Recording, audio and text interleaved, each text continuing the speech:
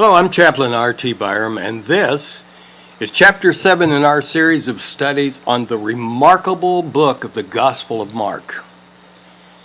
You know, as we travel with Jesus and the disciples throughout Galilee and the area of Decapolis, we're going to share the astonishment of witnesses to his casting out of demons, his feats of healing, and his teaching.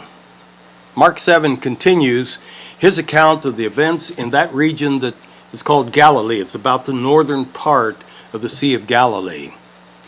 And Jesus continues to whittle away at the orthodox tradition of legalism. Word by word and deed by deed, his teachings and actions introduce what we know now as the New Testament. And at the same time, jealousy and anger grows among the synagogue leaders as their unauthorized power is being stripped away. In Mark chapter 6, we last left Jesus and the apostles at Gennesaret, a Galilee coastal town that's about 8 miles southwest of Bethsaida by boat.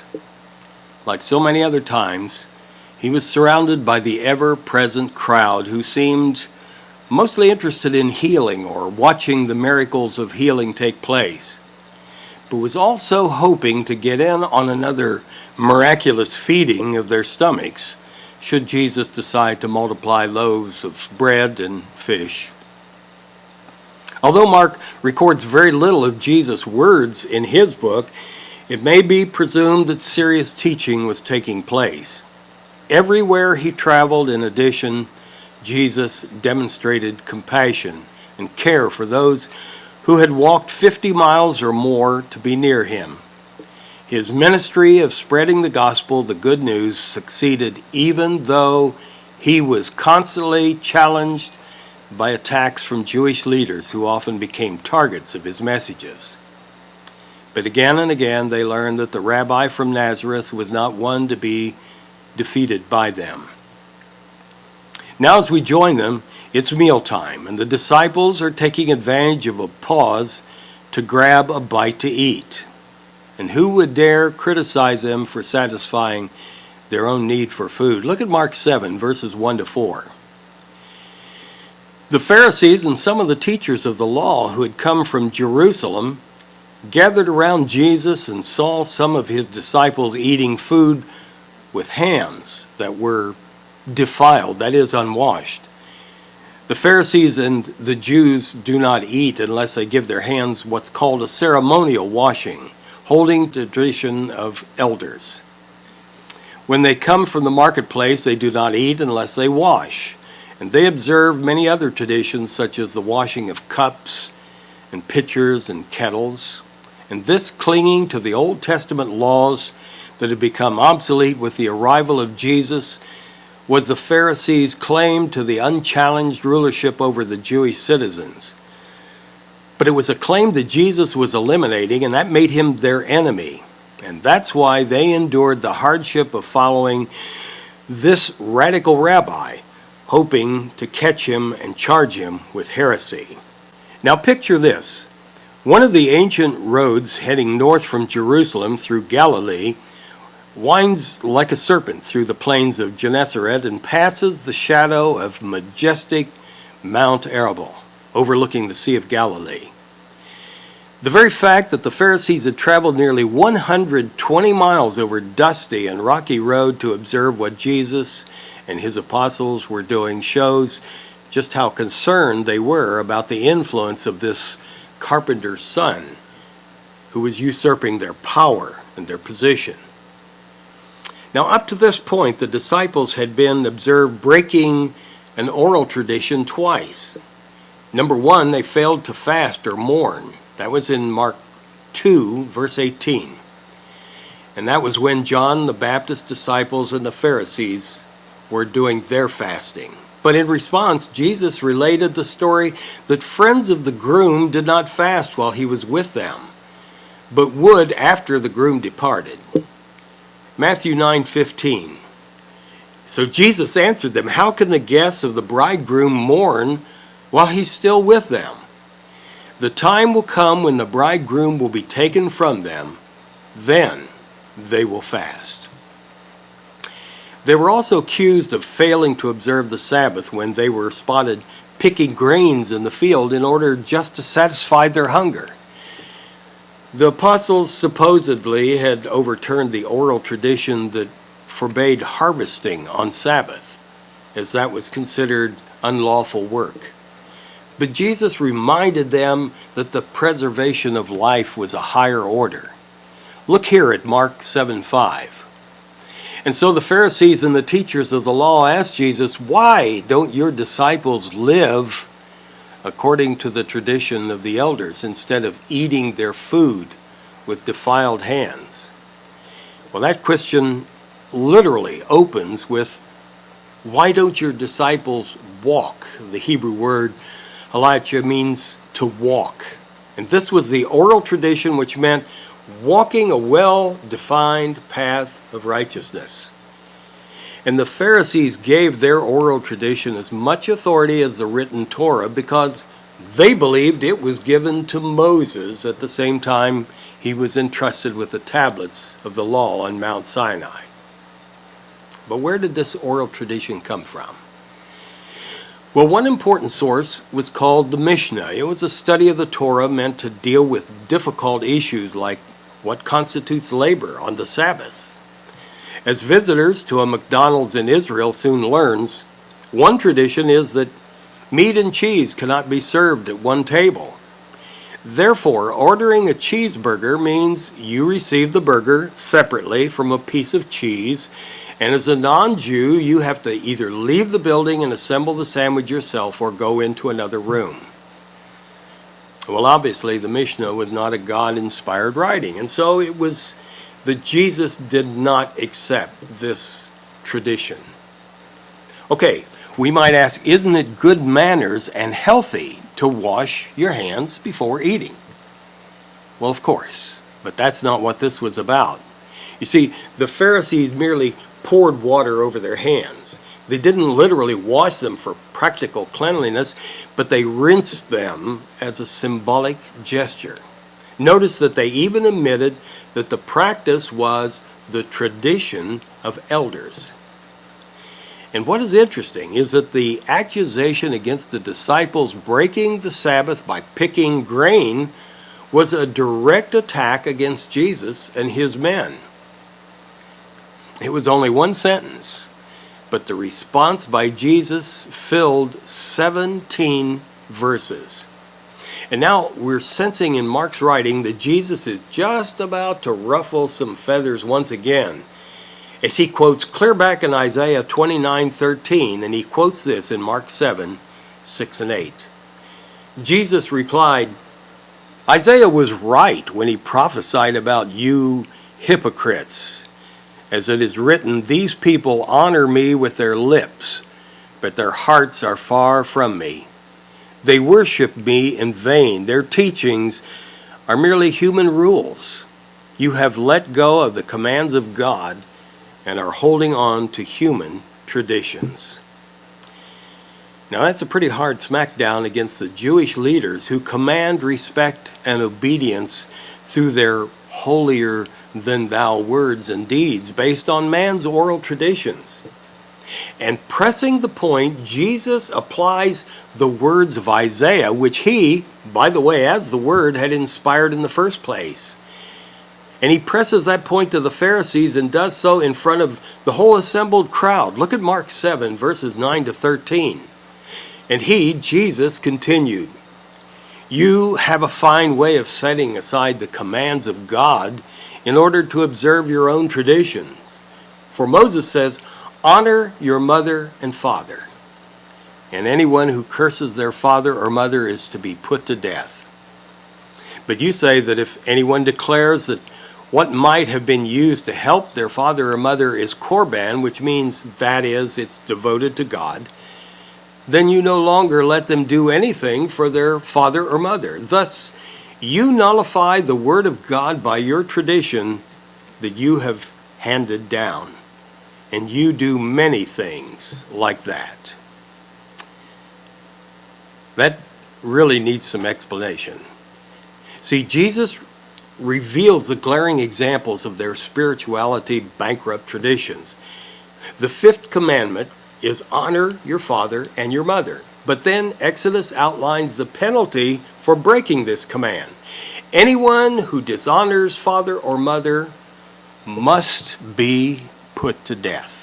That's back in Exodus 21:17. And nothing can be clearer.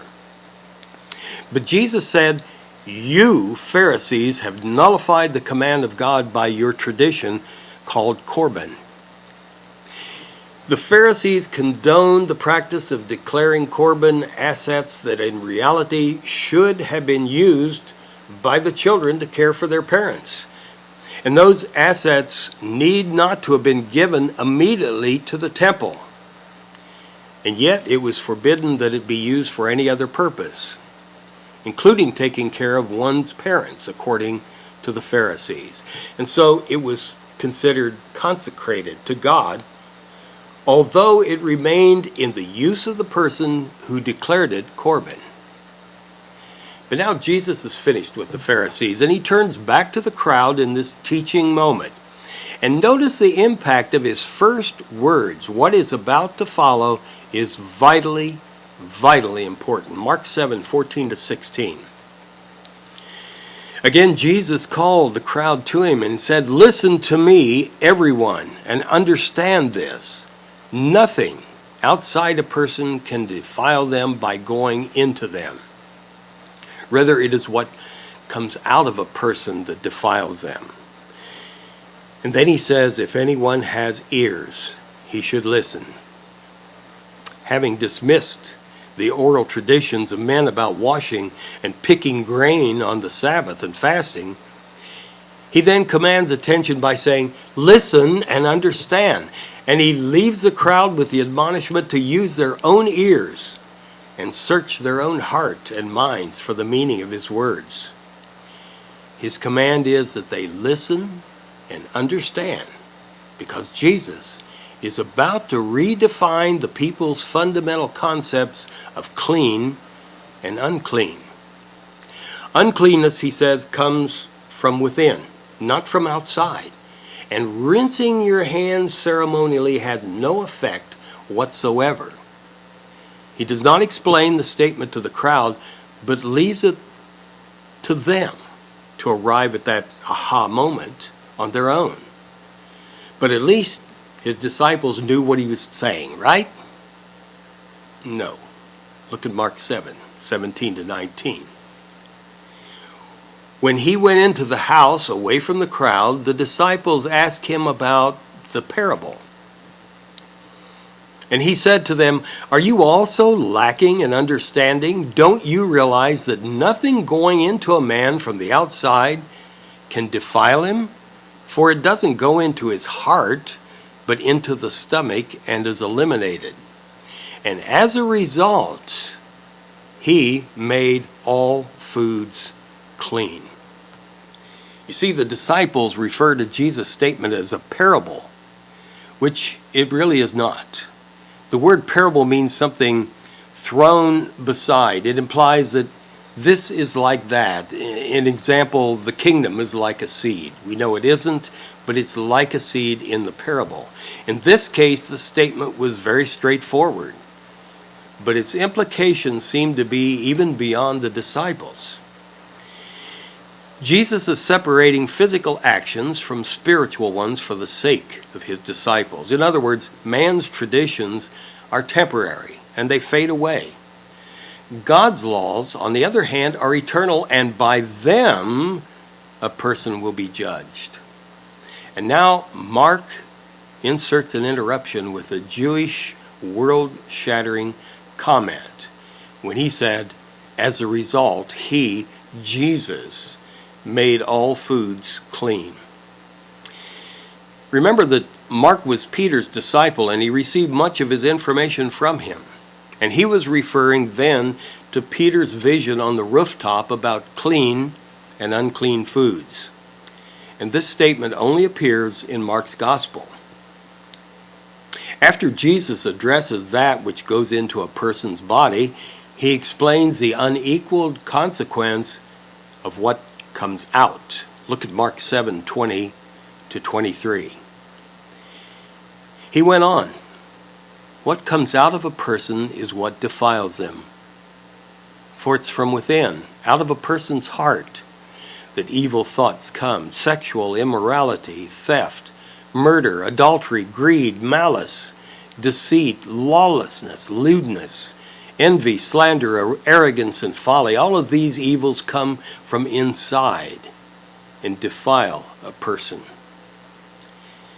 And then Jesus continues in there again by saying, from within, out of people's hearts come evil thoughts. And take note that every one of those sins in Jesus' lists begins in the imagination. Listen again to that. Immorality, theft, murder, adultery, greed, malice, deceit, lewdness, envy, slander, arrogance, and folly. He said all those evils come from inside, and they defile a person. Evil renders one unclean, not by eating with unrinsed hands or touching a corpse or being overshadowed by a leper. He's announced that nonconformity to that oral tradition is no longer sin. See, Jesus has turned the Jewish world upside down. And finished now with his miracles of healing and his teaching, it was time for them to move on. And we're looking at Mark 7, verse 24 to 26. So, Jesus left that place and went to the vicinity of Tyre. He entered the house and did not want anyone to know it, yet he could not keep his presence secret. In fact, as soon as she heard about him, a woman whose little daughter was possessed by an impure spirit came and fell at his feet. The woman was a Greek born in Syrian Phoenicia, and she begged Jesus to drive the demon out of her daughter. Jesus seemed to have no other reason to travel the mountainous route between Gennesaret and Tyre on the Mediterranean except to remove the demon from the woman's daughter. Did he know about the need for her miracle beforehand? Mark wrote that Jesus had entered a house there to keep his presence unknown, and yet the Syrophoenician woman came and fell at his feet with her plea to have Jesus cure her little girl. And there's no mention in the rest of Mark 7 of his disciples being with him in this particular leg of the journey. Remember back in chapter 6, the disciples had already been on the road, had only returned to report on their ministry. And apparently Jesus had once again sent them on their separate ways. But now he addresses the Gentile woman, Mark 7, 27 to 30. First, let the children eat all they want, he told her, for it is not right to take the children's bread and toss it to the dogs. Lord, she replied, even the dogs under the table eat the children's crumbs. Then he told her, for such a reply you may go. The demon has left your daughter. And she went home and found the child lying on the bed and the demon gone. This is an almost disturbing account. Was Jesus really showing disrespect to this grieving woman? First, understand this. Rabbis were not even supposed to speak to any woman in public, much less a Gentile woman. And the fact that Jesus was permitted to read from the Torah and teach in the synagogue shows that he had a rabbinical status in many places. And some, remember, even addressed him as rabbi. And she apparently recognized his position, for she respectfully called him Lord. And perhaps for that reason, Jesus engaged this worried woman in what have been an unforgettable conversation. At first, his response sounds like a refusal.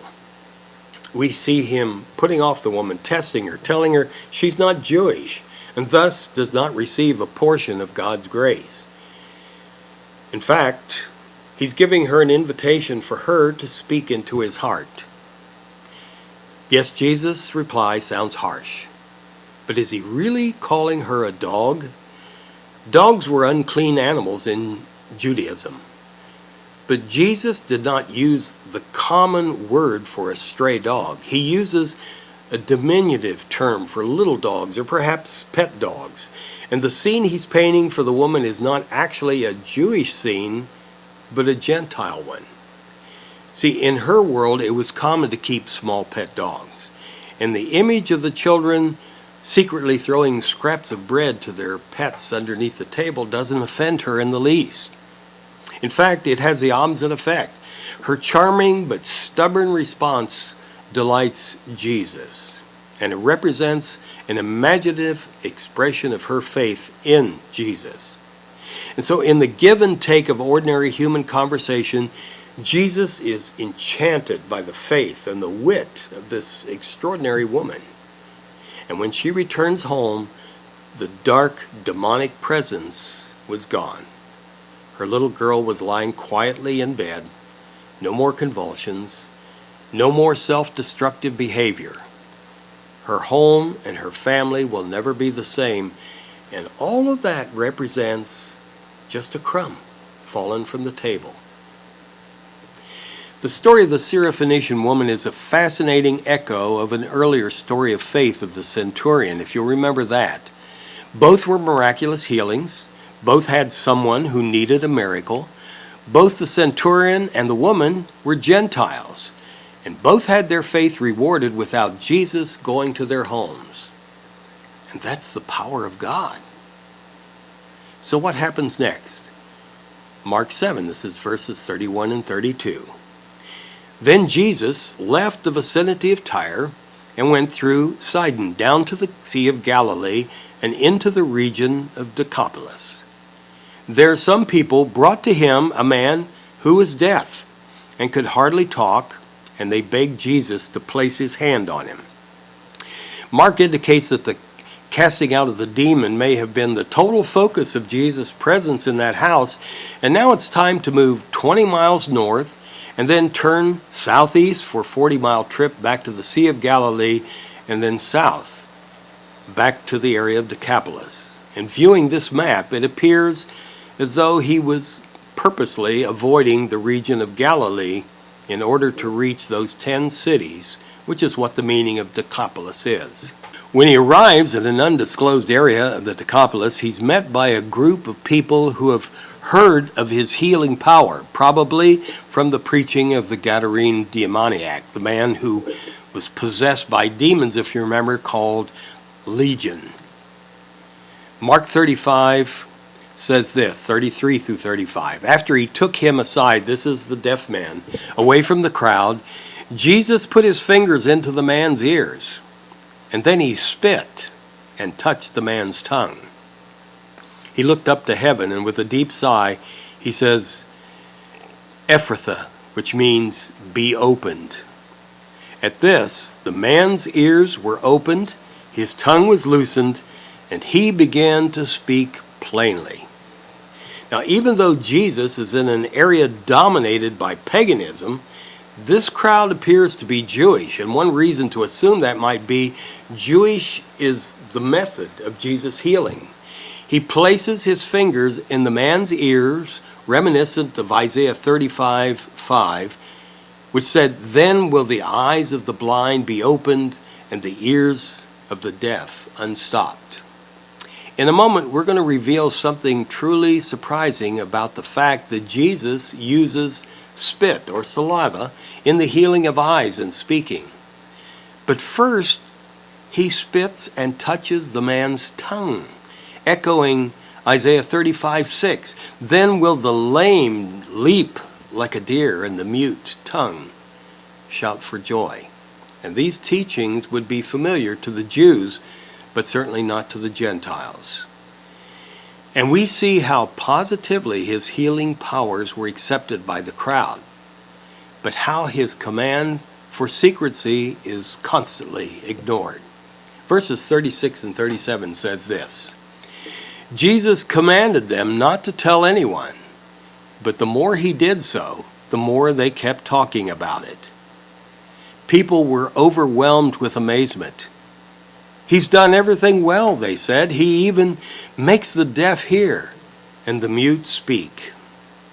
What's so amazing is the record of Jesus using saliva or spit to heal blindness and deafness. In early Jewish tradition, it was a disgrace to spit in the vicinity of the temple, or in a person's face, or even in front of them. Look way back in Numbers 12:14. The Lord replied to Moses, if her father had spit in her face, would she not have been in disgrace for 7 days? Confine her outside the camp for 7 days. After that, she can be brought back.